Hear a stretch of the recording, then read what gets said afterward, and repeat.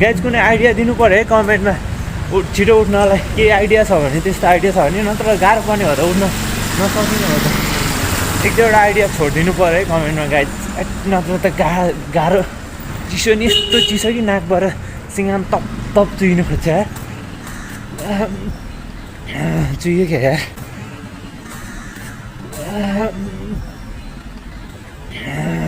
चुइयो क्या यार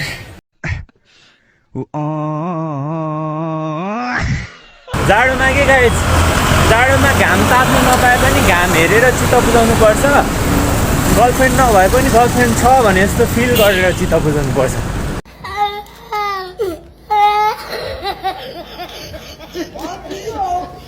वाह भन है गाइज कमेन्टमा वाह भन है म त फेरि मार्छु नि कविता गजलले त म त ढाल्छु नि पुल्लुकै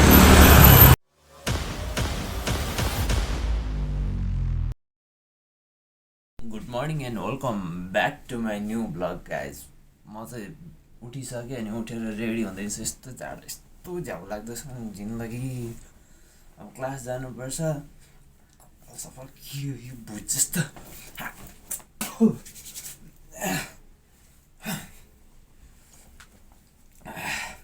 घाँटी नै दुखिरहेको छ टन्सिल हुन्छ है फेरि मलाई धेरै यो टन्सिल चाहिँ गाई चाहिँ एकचोटि भएपछि भएको भाइ गर्दा चाहिँ टन्सिल हुनसक्छ चिसोमा केयर गर्नु एकदम केयर गर्नु होला कति बज्यो अहिले 5:40 6 बजे भर्खर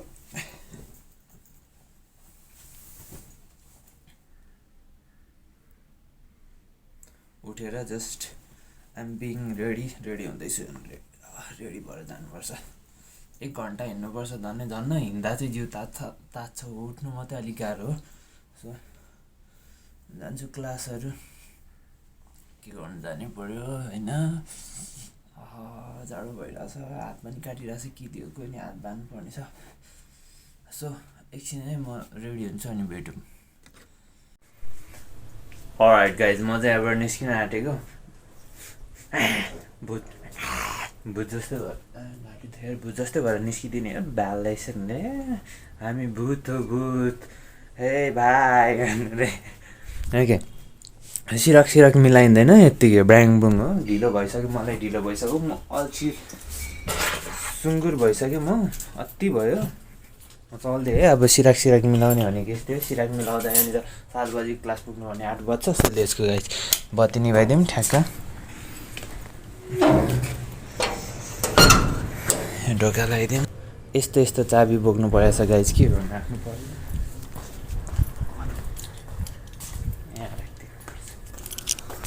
अल्लाह मुझे दर्द के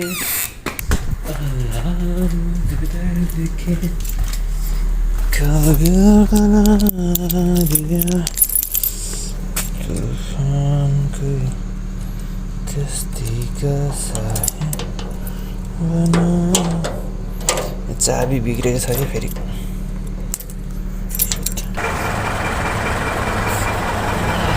अलराइट गाइज अहिले चाहिँ म रुमबाट निस्किसकेँ अनि आज पनि ढिलो भयो जहिले लेट हुन्छ क्या अब त्यहाँ पुग्न मलाई 40-50 मिनट लाग्छ 6:40 भइसक्यो 40 मिनट लाग्नेमा 20 मिनटमा त म त पुग्दिनँ जहिले सायद म मात्र होइन एभ्री स्टुडेन्टको प्रब्लम नै यही हो क्या गाइज जहिलेका लागि बिहान उठ्नु चाहिँ यस्तो जाडो हुन्छ नि गाइज कुनै आइडिया दिनु पऱ्यो है कमेन्टमा छिटो उठ्नलाई केही आइडिया छ भने त्यस्तो आइडिया छ भने नत्र गाह्रो पर्ने हो त उठ्न नसकिने हो त एक दुईवटा आइडिया छोडिदिनु पऱ्यो है कमेन्टमा गाइज नत्र त गाह्रो चिसो नि यस्तो चिसो कि नाकबाट सिँगाम तप तप चुइनु खोज्छ यार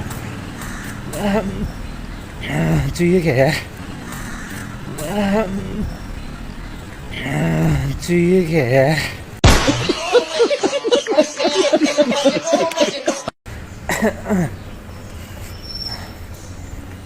म हातहरू यस्तो ठिराउँछ नि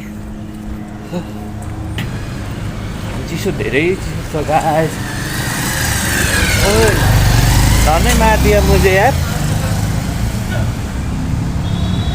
वन मिस्टेक गेम फिनिश कर दिया उसने तो बहुत डेंजरस आदमी है यार भाई मार मुझे जिंदा मत छोड़ो गाइज तपाईहरु स्टुडेन्ट हैन भने चाहिँ सुत्नु है डर सुत्नु है बिहानभरि 10-11 बजीसम्म सुत्नु है कहाँ सब नेपालीले यसरी दुःख पाएर हुन्छ होइन। अब सुत्नु पऱ्यो नि, सुत्नुपर्छ है गाई, सुत्नुपर्छ, डह्रो सुत्नुपर्छ।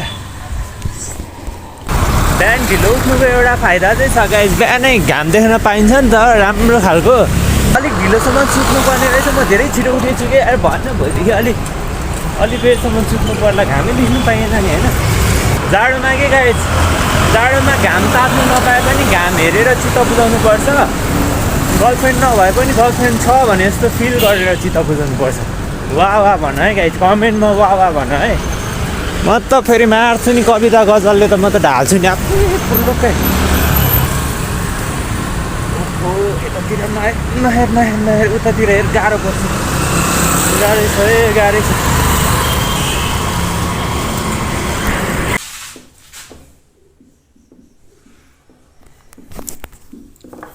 सो फाइनली गाइस अब चाहिँ मेरो पालो छ वाइटमा गएर। यता एकजना लुक्दै हुनुहुन्छ, हेलो भनिदिनु पऱ्यो। नलजा उताबाट नि सर हेलो भनिदिनु। यता हाम्रो दिदी हुनुहुन्छ, हेलो भनिदिनु न। म चाहिँ निन्द्रामै छु गाइस, बल्ल बल्ल उठेको नि, कम्ता गाह्रोले उठेको, 10 चोटि जति सुत्दै उठ्दै। अगाडि गएर लेख्नु पर्ने छ मेरो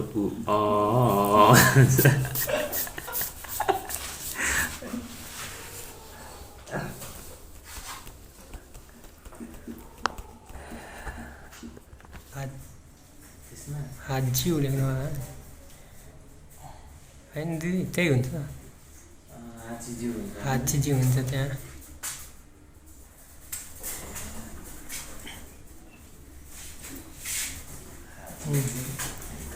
हाजी जिउ गो एन, ठिक छ। यता नाना सेन, नाना हेकु, नाना जिउ, नाना एन, ठिक छ।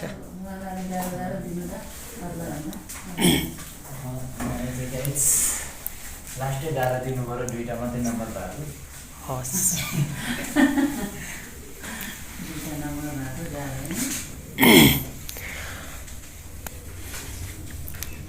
8668 8668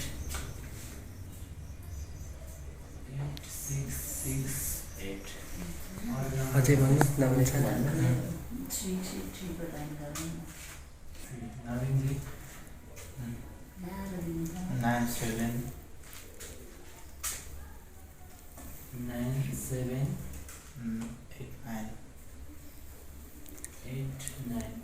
6686 यहाँको मलाई एउटा कुरा चाहिँ ठिक लाग्छ कि गाइस, गाडीहरू गइरहेछ, हामी चाहिँ यहाँ उभिरहेछौँ क्या, लाइक त्यहाँनिर उयो भइरहेछ नि त, यहाँनिर उयो छ क्या, के भन्छ त्यो जेब्रा क्रसमा लाइटिङ, त्यो के भन्छ